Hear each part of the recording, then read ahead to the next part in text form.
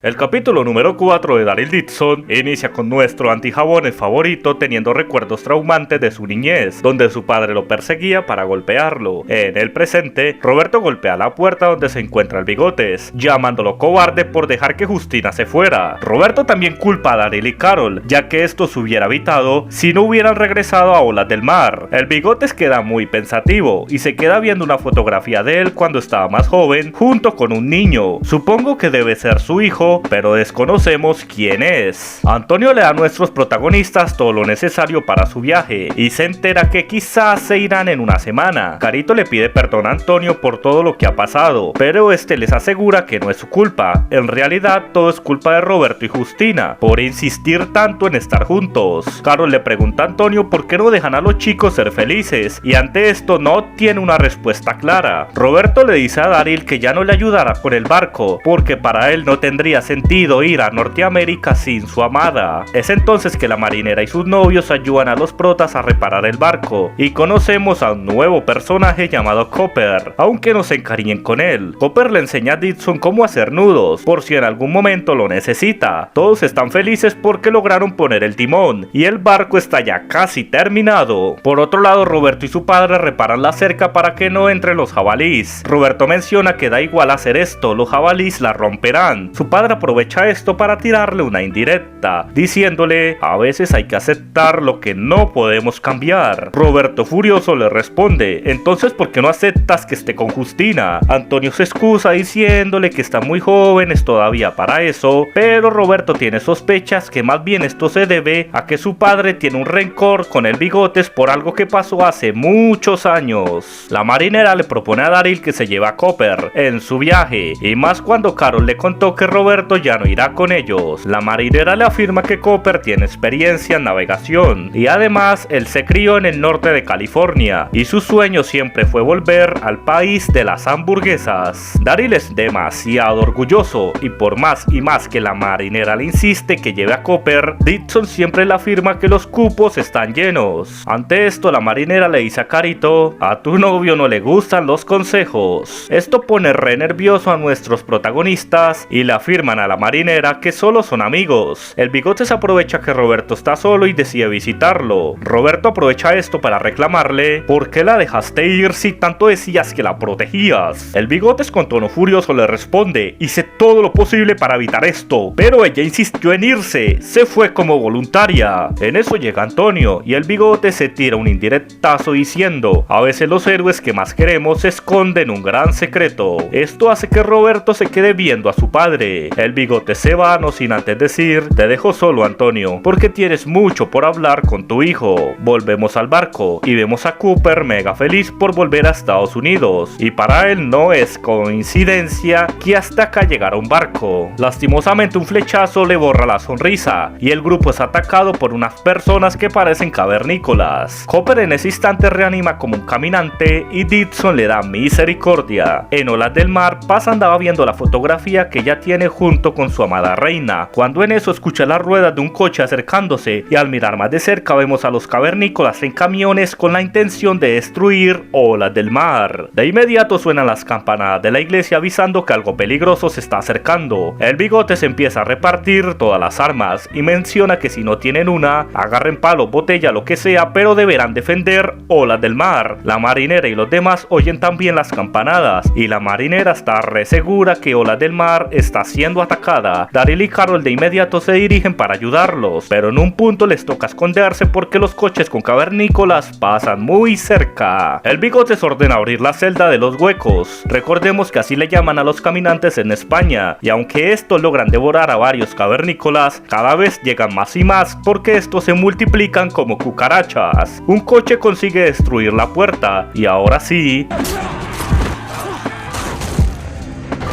Gustavo está atacado por un caminante llamado Alonso, al cual le tenía muchísimo cariño y no es capaz de darle misericordia. Por suerte Carito le ayuda. Paz revela que el caminante de Alonso era el sobrino de Gustavo. Daryl y Carol deciden separarse y se verán en la plaza. El Bigote salva a una pareja, aunque termina siendo herido de gravedad por culpa de un cavernícola. Carol ayuda al Bigotes, el cual insiste en seguir luchando. Un cavernícola Casito los ataca y para rematar Carol no tiene balas. Por suerte la abuela de Justina les da una mano temprano, todo ahora estaba muy silencioso y a Daryl algo le huele mal, al toque los cavernícolas comienzan a lanzar bombas con caminantes y esto provoca una segunda mega masacre. El bigote decide utilizar un regalazo que le dieron los de Alcázar y se trata de 2 ametralladoras. Esto aleja a los cavernícolas, pero seguramente la guerra todavía no se termina. Nos enteramos de que capturaron a un cavernícola, quien por su mirada da a entender que todos están bien locazos. Al día siguiente, el bigote se interroga al cavernícola, quien le pregunta a quién le sirves y de dónde vienes. El cavernícola se burla en su cara y le escupe. El bigotes lo golpea y el cavernícola le responde: no servimos a nadie, como ustedes que se arrodillan al Alcázar. ¿Y de dónde venimos? Pues de muchos lados. Somos millones. En eso llega Gustavo súper asustado para informarles que un coche está intentando escapar del Alcázar. Daryl sale para detenerlo, pero se retracta al ver que Roberto, aunque el mano derecha del bigotes todavía planeaba dispararle, y cuando estaba a puntico de jalar el gatillo, Dixon lo detiene. Este se pone mega furioso y le cuenta al bigotes que supuestamente estaba a punto de detener a Roberto y el americano se interpuso. Daryl le ordena que diga la verdad. Antonio se ofrece ir en busca de su hijo y el bigote se le burla porque lo ve todo débil y anciano. Carol se ofrece a acompañarlo y ahora sí la cosa cambia y el bigotes pide que lo encuentren lo más rápido posible antes de que Roberto por sus impulsos destruya la alianza con el Alcázar. Antonio le pregunta a Carol por qué decidiste ayudarme. Carol le dice que él no quiere que pase por lo mismo que ella pasó y termine perdiendo a su hijo. Es así como los dos se marchan y Daryl se les une al último segundo. Por otro lado vemos a los de Alcázar, quienes hicieron una parada técnica para descansar. Justina se separa por un momento y por entre los árboles del bosque ve a su amado Roberto. En Olas del Mar, los ciudadanos deciden el castigo del cavernícola y algunos de estos son ver la serie de Leaf, un maratón de La Rosa de Guadalupe o ver todos los capítulos de One Piece durante una noche. Al final le ponen como castigo luchar contra sus amigos zombificados, aunque este no dura nada porque se escuchan sus gritos de horror mientras es devorado. Daryl encuentra el coche donde había escapado Roberto, pero este se estrelló y Roberto no está. Al toque Antonio tiene recuerdos del día que perdió a su esposa y también tenemos imágenes de lo que pasó con Roberto.